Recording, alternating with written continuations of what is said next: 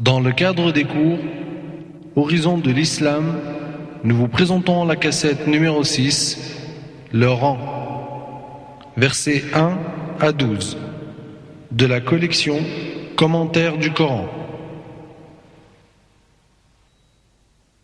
أعوذ بالله من الشيطان الرجيم بسم الله الرحمن الرحيم والصلاة والسلام على أشرف المرسلين سيدنا محمد وعلى آله وصحبه أجمعين ونعوذ بالله من شرور أنفسنا ومن سيئات أعمالنا من يهد الله فهو المهتد ومن يضلل فلن تجد له وليا مرشدا ونشهد أن لا إله إلا الله وحده لا شريك له ونشهد أن محمدا عبده ورسوله.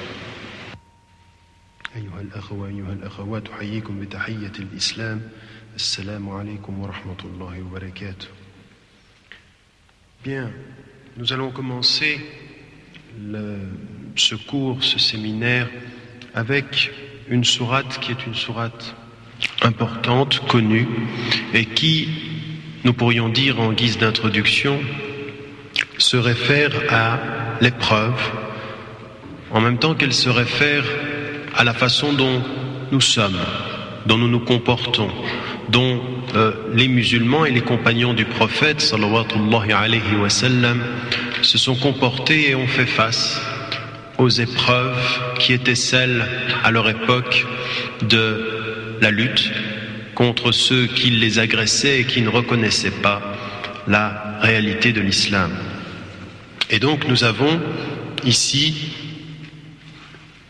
une sourate qui fait référence à non seulement au comportement que nous pouvons avoir par rapport à l'adversité, mais également à ce lien qu'il doit y avoir entre ce que nous disons et ce que nous faisons, entre ce qui est apparent de notre personne, mais en même temps, tout au fond, au cœur et dans le creuset de notre cœur, ce qui est la foi et ce qui est la fidélité que nous devons trouver dans une sincérité de la foi.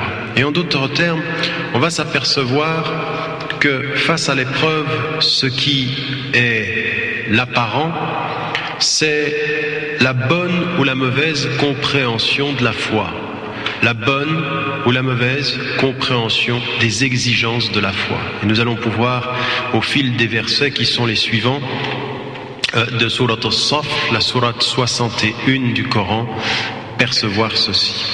Alors, en général, quand on commence cette sourate, on s'arrête rarement au premier verset. Et pourtant, je crois que, comme rien n'est dû au hasard dans ce Coran, il faut s'y arrêter. A'udhu billahi minash shaitanir rajim, bismillahir rahmanir rahim. Sabbaha lillahi ma fis samawati wa ma fil ard, wa huwa al-azizul hakim. Tout ce qui est dans les cieux et sur la terre chante la gloire ou proclame la gloire de Dieu, et il est certes le puissant et le sage. Dans la dimension ici du temps, yusabbihu ou sabbaha, qui est plutôt dans l'ordre du passé, il y a une dimension très importante, parce que immédiatement on serait entraîné à voir ce qui nous concerne. Ya ayyuhalladhina amanu, qui vient dans le deuxième verset. Mais il y a ce premier verset qui est finalement la clé de tout le reste. Ô vous qui portez la foi, ô vous qui vous approchez de Dieu, au moment même de l'épreuve, n'oubliez jamais que tout ce qui est autour de vous reconnaît le maître de l'épreuve, que tout ce qui est autour de vous glorifie la présence, au-delà de chaque élément, du Créateur des éléments. Et c'est fondamental. Le jour où l'on fait face à une épreuve, qui oublie la spiritualité de son cœur et la spiritualité de tous les éléments, a tout oublié. Et si avant de parler de l'épreuve et de vous qui dites ce que vous ne faites pas, observez autour de vous ce qui est en permanence la manifestation naturelle et sincère de la présence du Créateur. Sabbaha lillahi ma fis samawati wa ma fil ard. Cette louange perpétuelle, éternelle, sincère et harmonieuse, elle est l'expression de l'harmonie. Et tout ce qui va être dit sur l'homme tout de suite maintenant, c'est l'expression de la disharmonie. Tu dis ce que tu ne fais pas, alors que le monde te montre en permanence qu'au-delà de ce qu'il est, il est en harmonie avec le Créateur de ce qu'il est. Cette dimension du premier verset qui vous met immédiatement dans une dimension de spiritualité. Sans la spiritualité, tu ne comprends pas l'épreuve. Tu penses qu'elle est injustice, tu penses qu'elle est blessure, tu penses qu'elle est fracture, tu penses qu'elle est oubli. Allah subhanahu wa ta'ala, Dieu te rappelle qu'avant d'être quelque chose à la solde de ton interprétation, n'oublie pas de l'insérer dans la reconnaissance du Très-Haut, dans la reconnaissance de celui qui est. Alors dès que l'on a compris ça, on peut entrer immédiatement dans la deuxième dimension, celle justement qui est la dimension de l'homme, la dimension de ce cheminement dans la sincérité face à l'épreuve.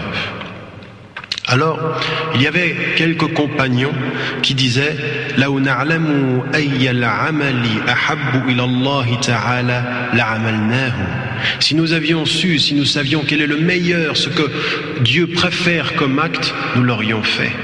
Et il disait ceci, et plus tard, lorsque Uhud, dont nous avons déjà parlé dans ce séminaire, viendra, l'épreuve de la guerre, l'épreuve de la résistance face à l'agression, ils fuiront ou ne feront pas pour certains ce qu'ils disaient qu'ils allaient faire. D'autres mufassiroun disent c'est un verset qui a à voir avec l'hypocrisie, ceux qui disent et qui ne font pas ce qu'ils disent. Et d'autres encore mettent en évidence le fait que, à partir de ce verset, ou des versets qui vont venir, il y a la compréhension pour le musulman, pour la musulmane, que quand tu dis quelque chose, tu es dans l'obligation de t'y tenir. Ça veut dire la fidélité au pacte qui est celui de l'expression et de la parole. Alors, nous avons comme vous l'avez dans votre plan, les deux versets qui suivent, le verset 2 et le verset 3. Ya ayyuhalladhina amanu lima taquluna ma la taf'alun kabura maqtan 'inda Allahi an taqulu ma la taf'alun. Ô vous qui portez la foi, pourquoi dites-vous ce que vous ne faites pas? C'est une énormité auprès de Dieu de dire ce que vous ne faites pas. Alors à partir de cette dimension-là, ceux qui avaient dit, si nous savions, les compagnons du prophète, pas nous aujourd'hui, éloignés de cette dimension de la sincérité première, de cette présence qu'ils avaient avec le prophète, eh bien, ils avaient parlé et ils ne faisaient pas, pour certains d'entre eux, ce qu'ils disaient. D'aucuns étaient hypocrites, d'autres étaient peut-être affaiblis, d'autres peut-être parlaient sans considération. Et c'est bien ces trois dimensions qui sont importantes. Parler sans considération, je ferai, ou donner une promesse. Or, dans notre dimension, selon le proverbe, mais c'est vraiment islamique de ce point de vue-là, une promesse est une dette.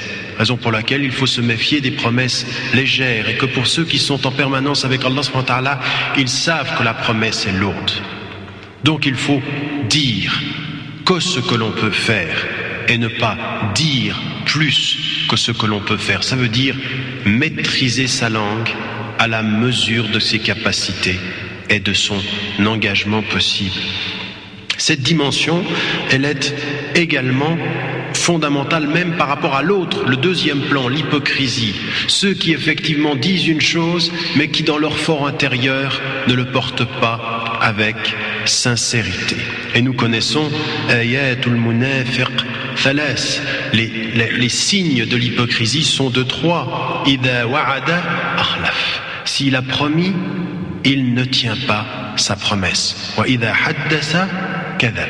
Et s'il parle, il ment. Wa idha tumina khan. Et quand on lui donne un dépôt, il le trahit.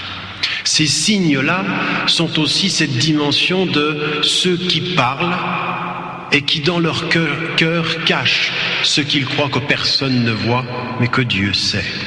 Et donc, là également, une grande compréhension doit être la nôtre par rapport à ce cheminement que chacun d'entre nous, femmes et hommes, essaye d'avoir par rapport à Allah subhanahu wa ta'ala. Et c'est dans les petits signes qu'on voit les grands cœurs. Celui qui sait maîtriser sa langue à l'endroit où il ne dit pas « je ferai » sans faire, mais qui préfère le silence à parler sur le vide, à parler sans pouvoir établir la réalité de son action dans le quotidien.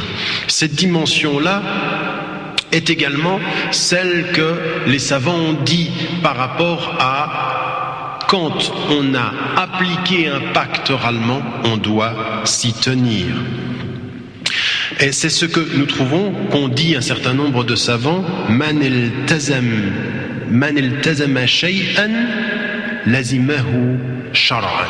Celui qui s'est tenu à une chose, qui a dit quelque chose, il est dans l'obligation de s'y tenir selon la prescription ou les prescriptions coraniques. C'est-à-dire que si vous annoncez quelque chose, vous devez avoir cette exigence personnelle.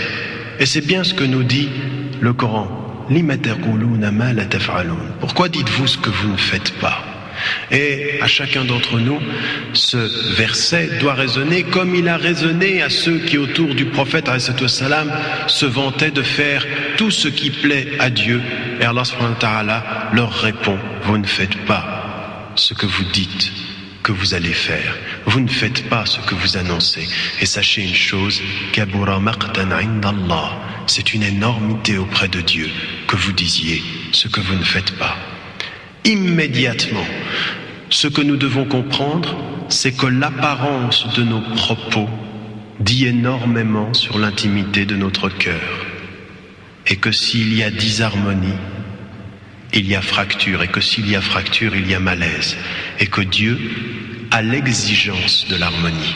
Cette harmonie qu'il y a entre ce que ton cœur peut et que ce que ta langue dit est le cheminement premier de celui qui essaye d'être avec Allah subhanahu wa ta'ala dans les petits détails. Et pour nous en même temps, ça doit nous poser beaucoup de questions dans nos vies quotidiennes, parce que parfois il nous arrive de dire à des gens quelque chose que nous ne faisons pas nous-mêmes. Alors ça ne veut pas dire que nous soyons des hypocrites. Là aussi, méfions-nous de ce terme qui est utilisé à toutes les sauces. Il y a parfois les meilleures des volontés avec la sincérité d'une incapacité. Et celui qui serait jugé immédiatement comme un hypocrite serait injustement jugé par ses frères et ses sœurs. Ce n'est pas parce que je dis et que je n'arrive pas à faire que je suis forcément un hypocrite. Ça ne veut pas dire cela immédiatement, parce que parfois avec la meilleure des sincérités, on n'y arrive pas. Et donc, ça c'est entre l'homme, l'être humain, la femme et l'homme et Dieu, c'est lui qui sait nos intentions au moment où nous avons dit quelque chose. Mais dans la réalité, il faut toujours tenter.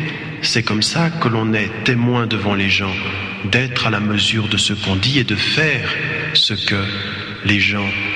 qu'on dit aux gens de faire.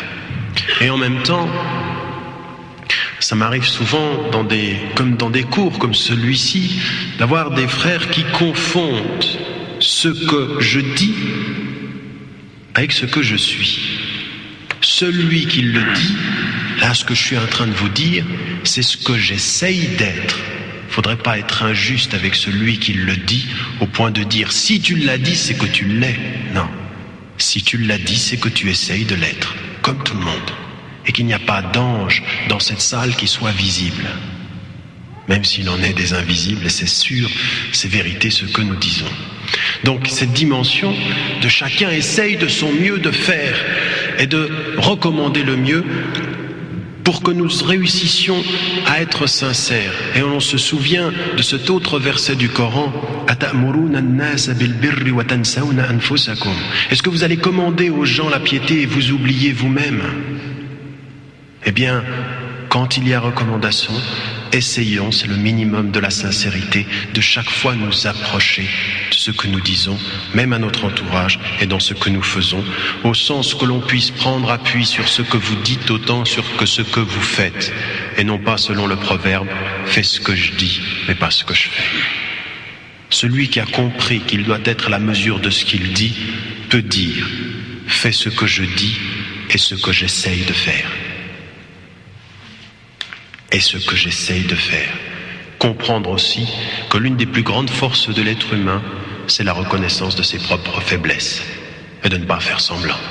Celui qui connaît sa faiblesse est quelqu'un qui a une spiritualité forte. Celui qui fait semblant d'être fort a une spiritualité finalement bien faible.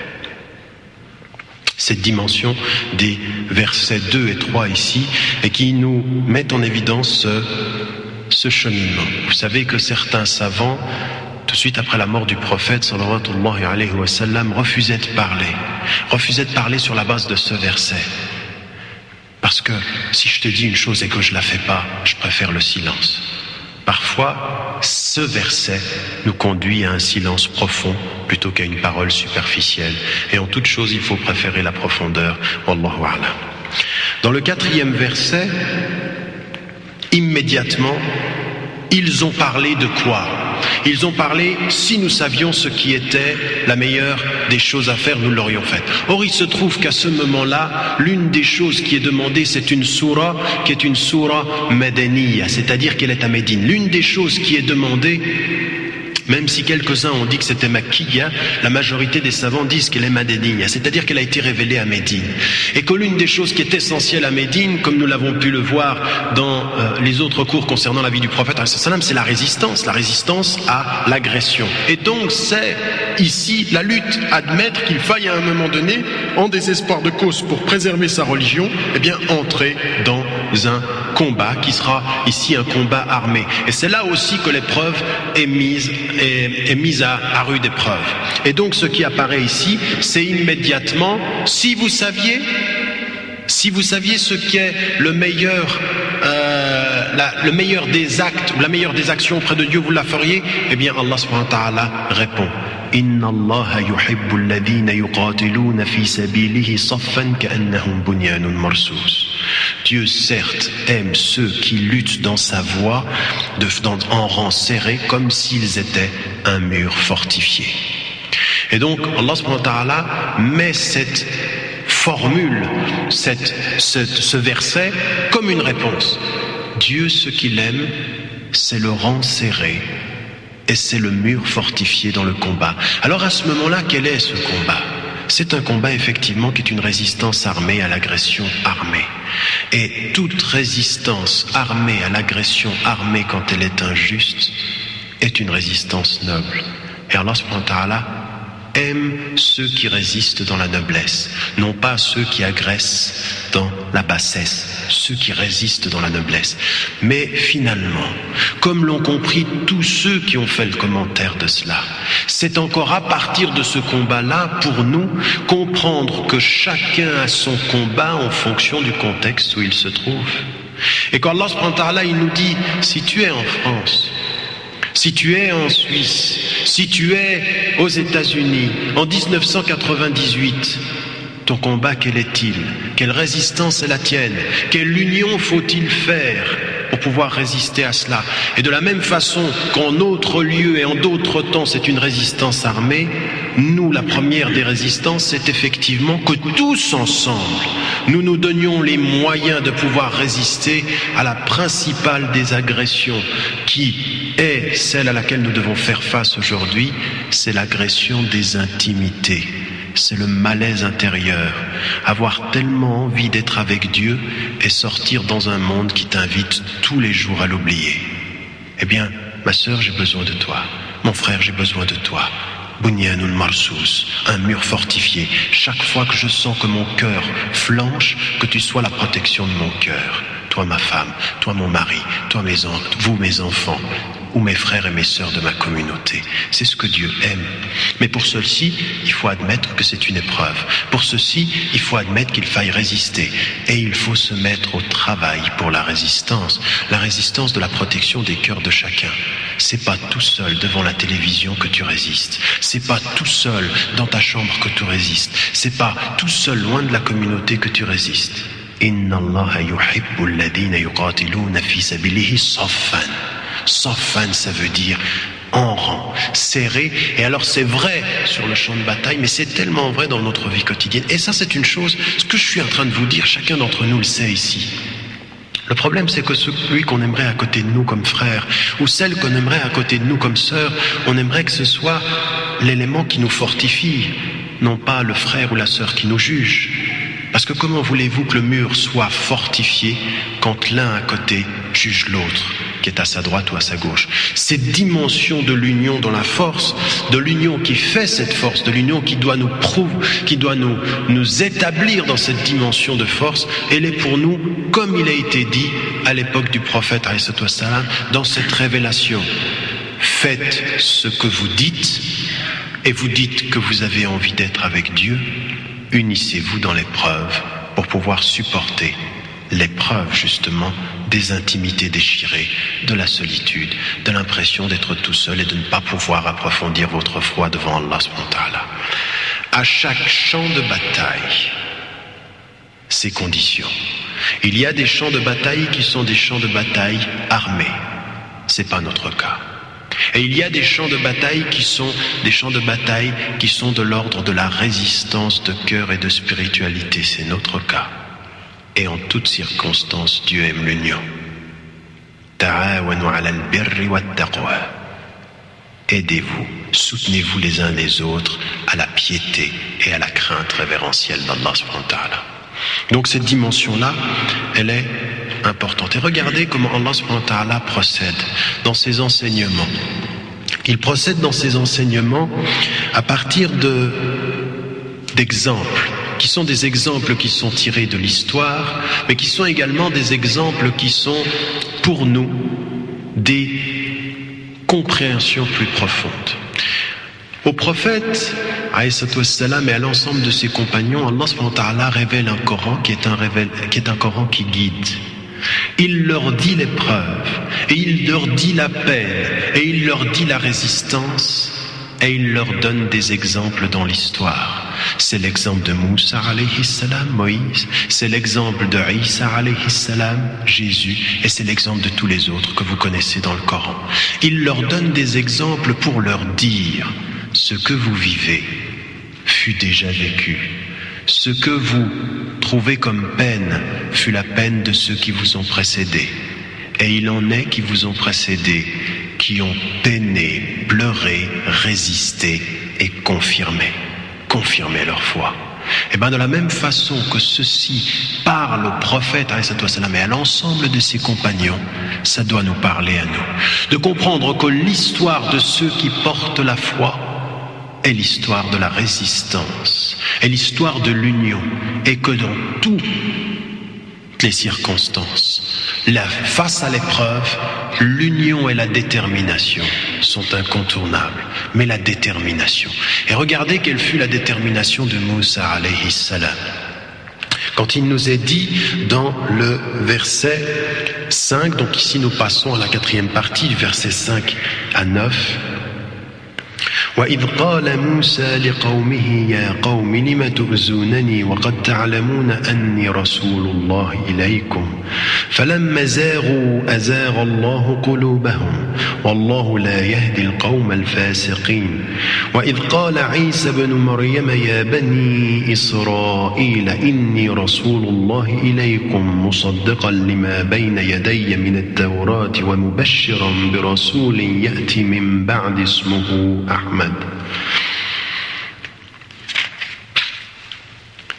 فلما جاءهم بالبينات قالوا هذا سحر مبين ومن أظلم ممن افترى على الله الكذب وهو يدعى إلى الإسلام والله لا يهدي القوم الظالمين يريدون ليطفئوا نور الله بأفواههم والله متم نوره ولو كره الكافرون هو الذي أرسل رسوله بالهدى ودين الحق ليظهره على الدين كله ولو كره المشركون. Les versets qui viennent d'être lus disent ceci. Je les ai mis tous ensemble dans un passage un peu long parce qu'ils sont une projection dans l'histoire. La première partie dit ceci.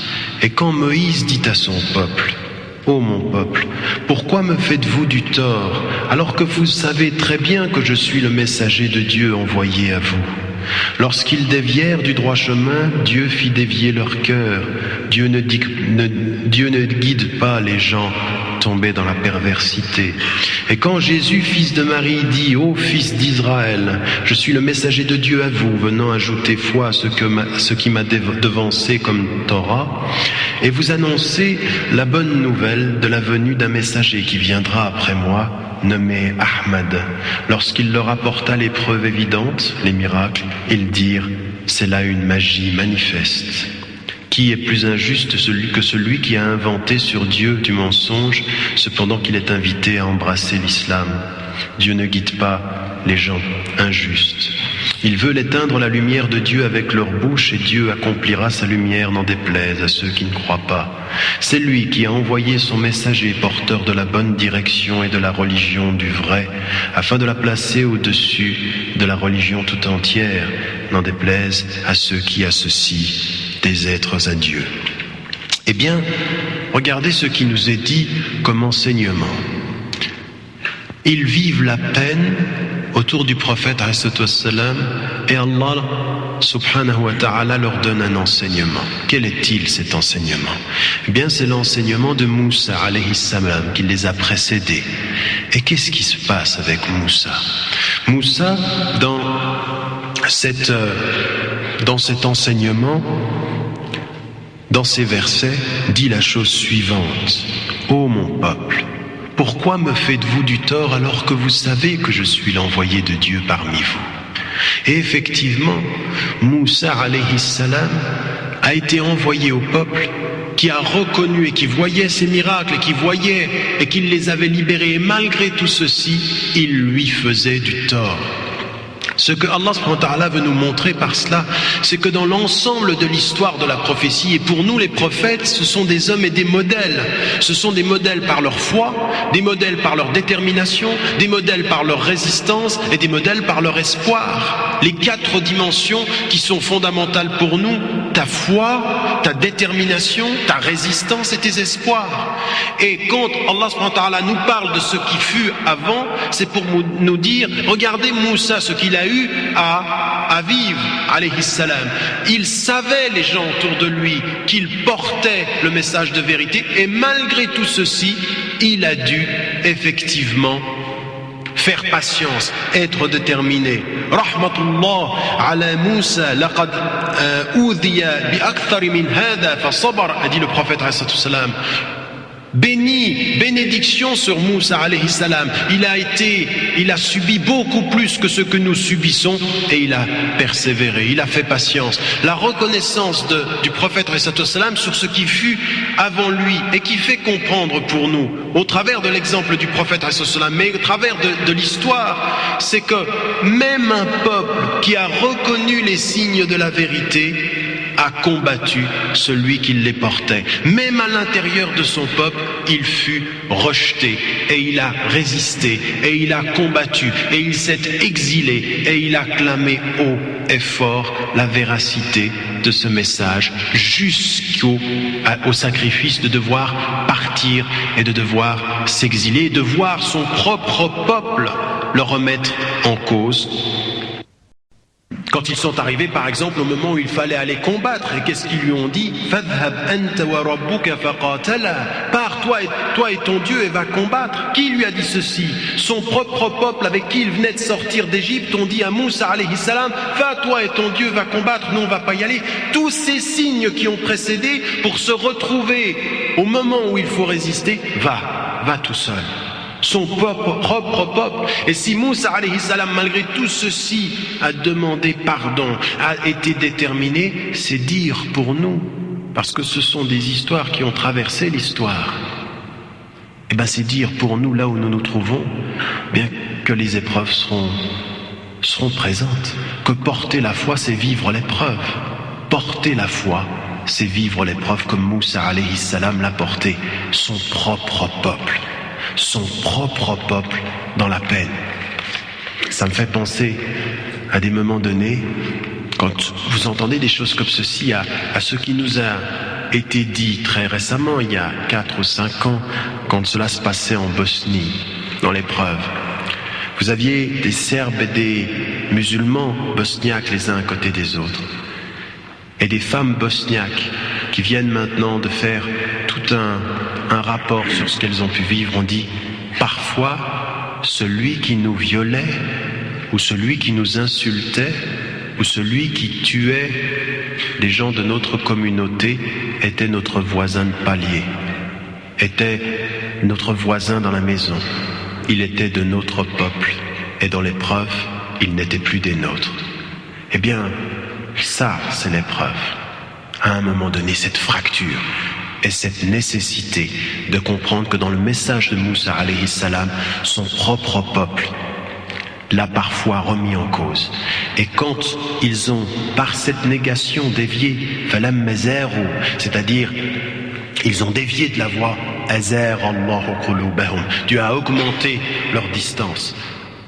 Peu sincères, peu enclins justement à la reconnaissance de cette sincérité, et bien ce qui se passe ici, c'est effectivement la dimension de Allah subhanahu wa ta'ala fait dévier davantage ceux qui ne reconnaissent pas sincèrement, ceux qui sont dans l'hypocrisie finalement et dans la non-reconnaissance de la véracité, qui voient la vérité et la combattent pourtant.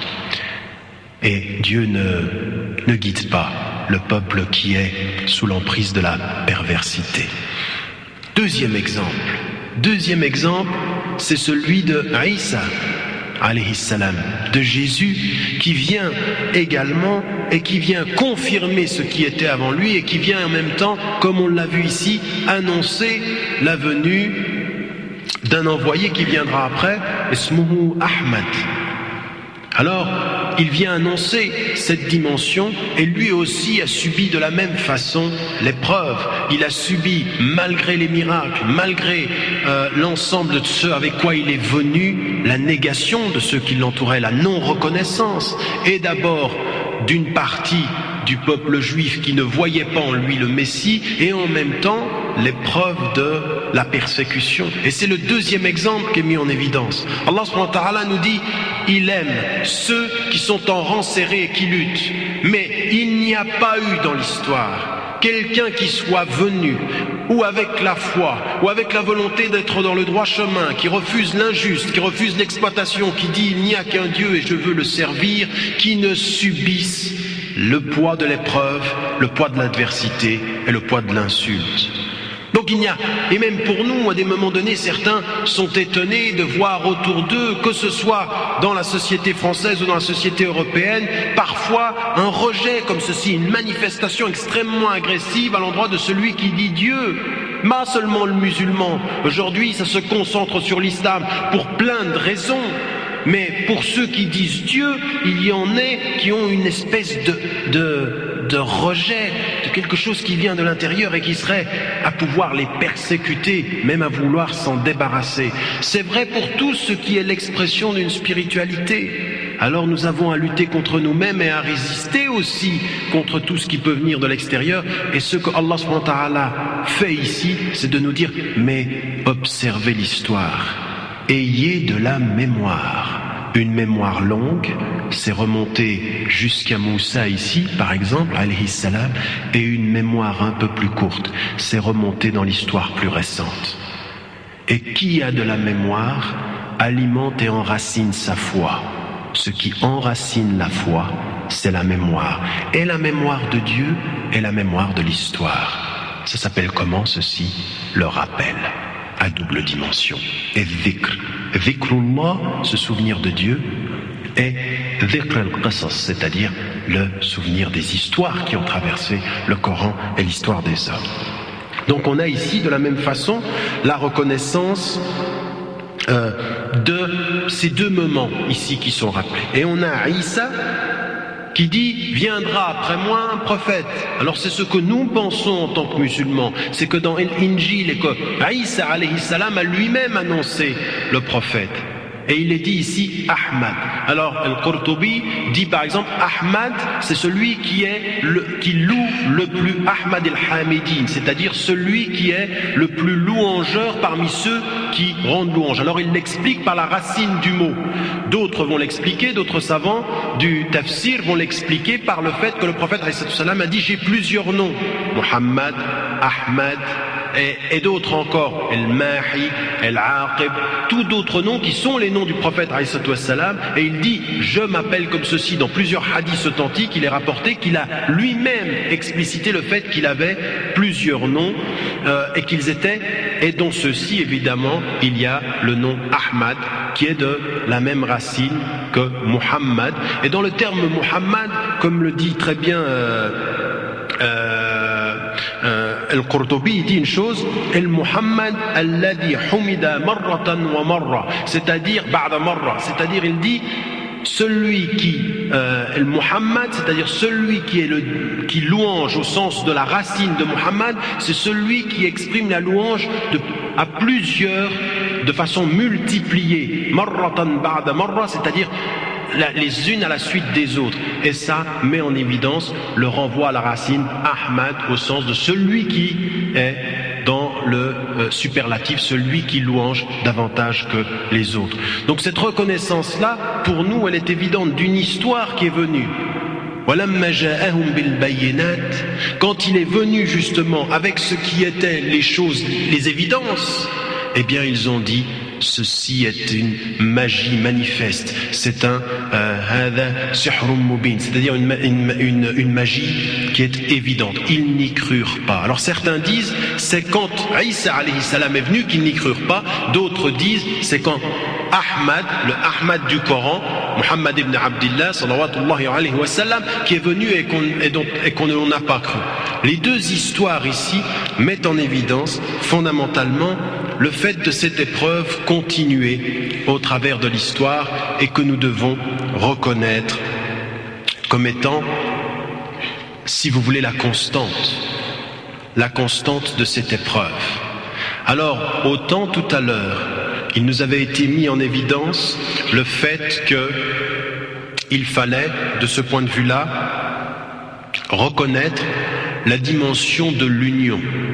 Eh bien, là, ici, dans cette dimension, ce qu'il faut reconnaître, c'est la dimension de la détermination. Union et détermination.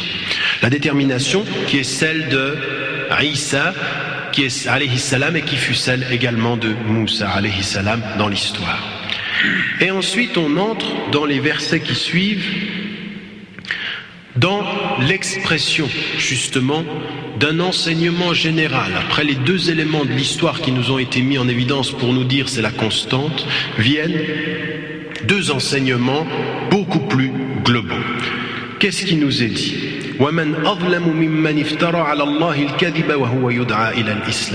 Quel est le plus injuste que celui qui ment sur Dieu alors qu'il est appelé à la soumission? Alors ici, l'islam, c'est tout à la fois la religion, mais c'est l'acte de foi. C'est l'acte de foi de la reconnaissance du Dieu créateur. Ce qu'ont fait tous ceux qui ont précédé le prophète alayhi salam et qu'a fait le prophète pour les confirmer, il a appelé à ce message unique. Le même en islam qui a traversé les âges. Il n'y a qu'un Dieu, reconnaissez-le, servez-le. Et c'est le sens du mot islam. Soumission dans le sens reconnaissance du Créateur. Et qui est celui qui est le plus injuste? En fait, ce qui nous est dit ici, c'est que c'est une injustice, la non-reconnaissance. C'est qu'en fait, il y a tout dans les horizons. Sabbaha lillahi ma fis samawati wa ma fil ard.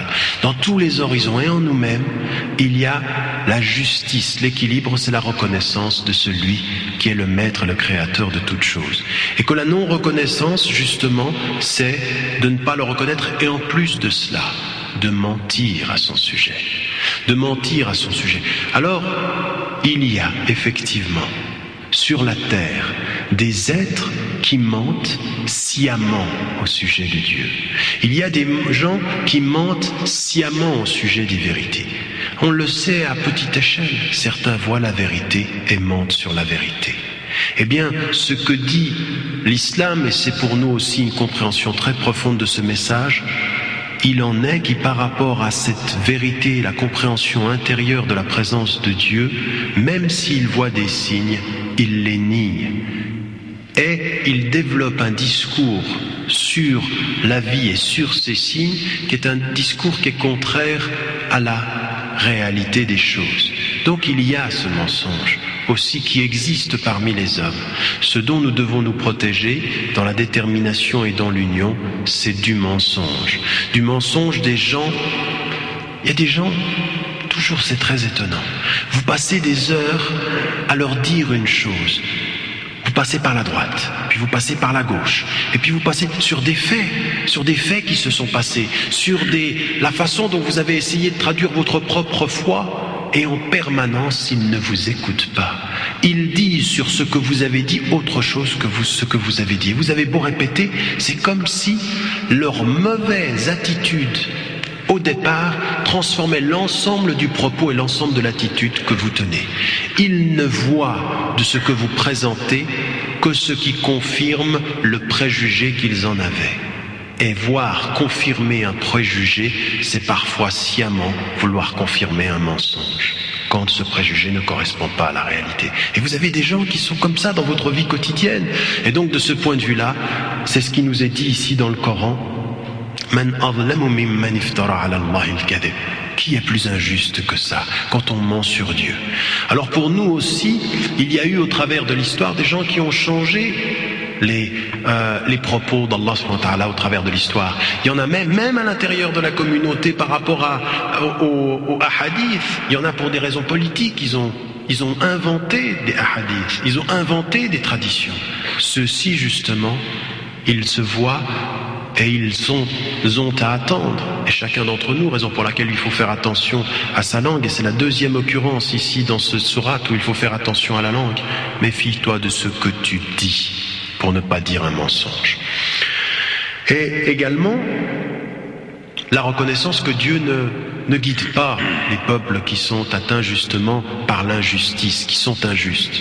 Si dans ton être, tu développes une attitude injuste par rapport à par rapport aux choses, eh bien Allah subhanahu wa ta'ala ne te guide pas. Et en fait, c'est une disposition naturelle. Si vous êtes injuste par rapport à l'objet d'étude que vous avez, vous ne pouvez pas dire des propos de justice. Si vous avez une vue réductrice sur ce que vous dites, comme certains parlent de Dieu avec une vue parfois réductrice et parlent de ceux qui portent la foi avec une vue réductrice, ils ne sont pas guidés dans leur raisonnement. Et c'est ce qui nous est dit ici. Dans le verset qui suit, voilà leur attitude. Dans leur mensonge, qu'est-ce qu'ils veulent? Ils veulent éteindre à la lumière de Dieu avec leur langue. Troisième occurrence, avec leur langue. Ils veulent éteindre à la lumière de Dieu. Mais Dieu parachèvera sa lumière, malgré et contre l'espoir de ceux qui le nient ou qui nient la présence de Dieu. Wallahu mutimmu nurihi walau kariha al-kafirun. Dieu parachèvera sa lumière. Qu'est-ce qu'ils veulent? Avec leurs propos, effectivement, ce qu'ils veulent. Alors, et Nour ici, certains ont dit c'est l'islam lui-même, d'autres ont dit c'est le Coran, c'est le Coran, d'autres l'ont interprété comme Muhammad ibn Abdillah sallallahu alayhi wa sallam, d'autres ont dit ce sont les preuves de Dieu, Hujajullah, d'autres ont dit effectivement c'est une image qui veut mettre en évidence que la vérité c'est comme le soleil, c'est comme de la lumière et qu'on ne l'éteint pas, quoi que l'on fasse avec sa langue. Donc on a différentes interprétations et ce verset a été révélé à quel moment? Il a été révélé au moment où il y a eu un arrêt de 40 jours dans la révélation. Et que ceux qui ont vu l'arrêt de 40 jours se sont dit c'est terminé, il n'y a plus de révélation. Il ne dit plus qu'il a des révélations, c'est terminé, son inspiration s'est terminée, en particulier Ka'b ibn al-Ashraf a mis ceci en évidence, appelant les gens autour, en particulier les hypocrites, en disant regardez, c'est terminé, il n'y a plus de révélation. Comme si la révélation s'était coupée. Et qu'ils auraient aimé, eux, c'était leur souhait intérieur de voir cette révélation s'arrêter. Eh bien, ils veulent que cette révélation s'arrête, que cette révélation cesse, ils veulent éteindre la vérité de la religion. Et regardez, c'est la quatrième dimension dont je vous ai parlé tout à l'heure. Wallahu mutimmu nurihi walau kariha al-kafirun. Dieu parachève sa lumière, quoique, quelle que soit l'opposition, quel que soit le rejet que peut en avoir ceux qui nient la présence de Dieu. C'est l'espoir. C'est que tout au fond de notre cœur, pour n'importe lequel d'entre nous, n'importe laquelle, sœur, frère, homme, femme qui porte Dieu et qui porte la foi en son cœur, eh bien regardez, c'est ça la réponse. Elle est là la réponse dans l'adversité. Après avoir mis en évidence l'union, et il a mis en évidence, Allah subhanahu wa ta'ala, la détermination. Il met en évidence de la façon la plus évidente la première marche, c'est que vous êtes de ce point de vue-là dans votre résistance sur le chemin d'une vérité. Et que c'est l'espoir, c'est la dimension dont je parlais tout à l'heure, c'est que Allah subhanahu wa ta'ala, dans la résistance, il fera parvenir. Et si l'on résiste, peut-être que ce n'est pas avec Et si nous résistons, c'est peut-être pas forcément avec le souhait ou la compréhension que nous sommes ici de la victoire sera pour nous. Il n'y a pas d'idée chez nous, je résiste en étant sûr que je vais réussir, moi, là où je me trouve. Non, c'est une compréhension très très profonde que nous sommes dans un cheminement qui est un cheminement qui traverse l'histoire. Et peut-être que chacun d'entre nous ici ne verra pas, lui, de son propre cœur et de ses propres yeux, la réalité de quelque chose qui se manifeste positivement pour les musulmans, que ce soit en Europe ou dans le monde. On ne travaille pas à l'échelle de notre temps. On travaille dans le rapport que l'on a avec le Très-Haut et le Créateur. Et au-delà de notre temps, la seule chose qui nous est demandée, mets tout ton cœur dans l'union, mets tout ton cœur dans la détermination, mets tout ton cœur dans la résistance, et la lumière s'accomplira. Si ce n'est pas de ton temps, ce sera plus tard. Le seul devoir que tu as, c'est d'en faire partie, d'être parmi ces résistants, d'être parmi ces déterminés, d'être parmi de ceux qui ont choisi l'union. Voilà le rôle de chacun durant sa vie, et le résultat, Wallahu a'lam. On ne sait pas qu'est-ce qui l'en adviendra de notre temps. Ce que l'on sait, c'est qu'au-delà des temps, il y a une vision très positive, un espoir très très fort. C'est que quoi qu'il arrive, même si tu peines, même si tu pleures, même si tu es blessé, même si on te gifle, même si on t'insulte, même si on t'exclut, même si on te critique, même si l'on te nie, dans l'histoire tu es. Et dans l'histoire tu seras reconnu. Et Dieu reconnaît ce que personne ne voit. Et Dieu reconnaît et accompagne ceux qui sont dans la résistance. Et même parfois, il n'y a pas besoin d'être dans le haut d'une estrade pour être un résistant digne. Il n'y a pas besoin d'apparaître. Parfois, la résistance, c'est presque de ne résister qu'à ta propre personne. Des fois, tout seul, la résistance que tu as contre toi, c'est une résistance tellement difficile. Chacun d'entre nous, c'est ça. Des fois, le pire, c'est ce que tu sens que tu pourrais faire tellement. Parfois, il y a des élans en toi qui sont pas beaux du tout. Puis ensuite, il y a le reste. Toi, autour de toi, plus autour de toi, dans ta société, plus généralement. Cette dimension, elle est vraiment celle-ci. C'est qu'ils veulent l'éteindre et ils n'y arriveront jamais. Jamais ils n'auront raison de ce cheminement vers le juste, de ce cheminement vers le bien, de cette sincérité de ceux qui disent que ce qu'ils font et qu'ils font à la mesure de ce qu'ils disent. Et dans cette perception, pour la continuation et la compréhension de ceci, de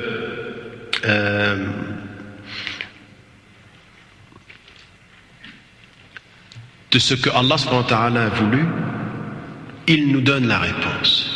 Après avoir demandé quelle était la meilleure des résistances et de nous avoir inscrit le chemin, il nous dit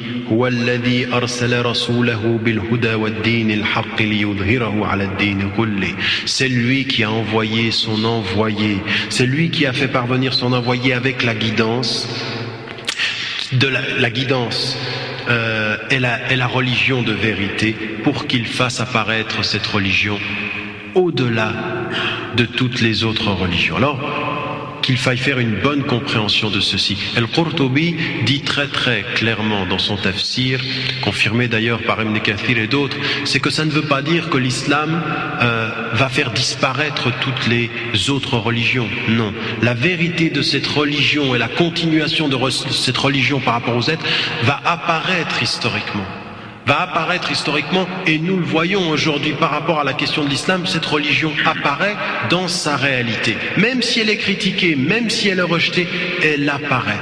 Non pas pas en niant toutes les autres, dans le respect de toutes les autres, mais elle apparaît dans la droite ligne de la compréhension aussi, au-delà de ce que sont et le judaïsme et le christianisme des religions révélées. La réalité de l'islam apparaît comme étant une religion qui a un rôle historique, un fondement fondamental dans l'histoire tout entière. Et là, ce n'est pas la négation des autres. Ce qui est pour nous le chemin vers la vérité, c'est au moment où Isa alayhi salam viendra et que là alors ce sera là, à la fin des temps, la réalité de l'islam souverain. La réalité de l'islam souverain. Mais ça ne veut pas dire dans l'histoire que toutes les autres religions disparaîtront. Non, pas du tout. La compréhension ici, c'est que nous sommes dans un cheminement vers le vrai, vers le bon et vers le juste, une vision extrêmement positive de l'histoire, mais qui, dans ce cheminement vers le bien et vers le juste, nous dit très clairement une chose, la réalité de la présence de l'islam au cœur de cette histoire qui se fait et au terme également de cette histoire. Pour terminer, et c'est le dernier ici, les deux derniers versets qui au terme sont la conclusion de l'ensemble de cette compréhension pour nous de ce cheminement vers le juste. Après la reconnaissance de cette religion et la compréhension de cette union, de cette détermination, de cette résistance et de cet espoir, il y a Allah subhanahu wa ta'ala qui nous interpelle. Et il nous dit ceci. Ya ayyuhalladhina amanu. Il nous interpelle comme il nous a interpellés au début de la sourate. Ya ayyuhalladhina amanu. هل أدلكم على تجارة تنجيكم من عذاب أليم تؤمنون بالله ورسوله وتجاهدون في سبيل الله بأموالكم وأنفسكم ذلكم خير لكم إن كنتم تعلمون يغفر لكم ذنوبكم ويدخلكم جنات تجري من تحتها الأنهار ومساكن طيبة في جنات عدن ذلك الفوز العظيم. Ô vous qui portez la foi, vous enseignerai-je, vous informerai-je d'un commerce qui vous épargnera d'un châtiment douloureux. Vous croirez en Dieu et en son envoyé. Vous lutterez dans sa voie au moyen de vos biens et au moyen de votre personne. Ceci est mieux pour vous si vous saviez. Et puis, il vous pardonnera vos péchés et il vous fera entrer dans des paradis dans lesquels couleront des ruisseaux et dans des demeures, de belles demeures, dans le jardin d'Éden. Ceci est la victoire glorieuse et la grande victoire. La réflexion de tout ce cheminement pour nous faire comprendre, au bout du compte, qu'il y a un choix à faire, un commerce. Un commerce qui est la compréhension effectivement sur la base aussi de la façon dont parlaient les compagnons du prophète *. Qu'est-ce qui nous est dit? La réalité dans la détermination de faire le choix, d'accepter l'épreuve au nom d'une autre foi en Dieu. Tu'minuna billah, croire en Dieu.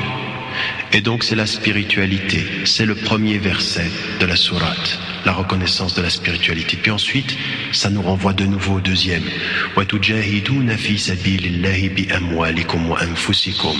À ceux qui parlaient du commerce, vous lutterez dans la voie de Dieu, et il est mis d'abord amwalikum, vos biens, avant anfusikum, parce qu'on parle justement de ce commerce. Donnez de vos biens dans la voie de Dieu et donnez de votre être, entièrement, complètement de votre être, pour pouvoir être avec Allah subhanahu wa ta'ala. Et cette dimension ici, et ceci est mieux pour vous si vous saviez. Vous avez remarqué, comme l'ont dit un certain nombre de savants, c'est étonnant ce verset. C'est étonnant ce verset parce qu'il a les trois dimensions de la foi en un verset.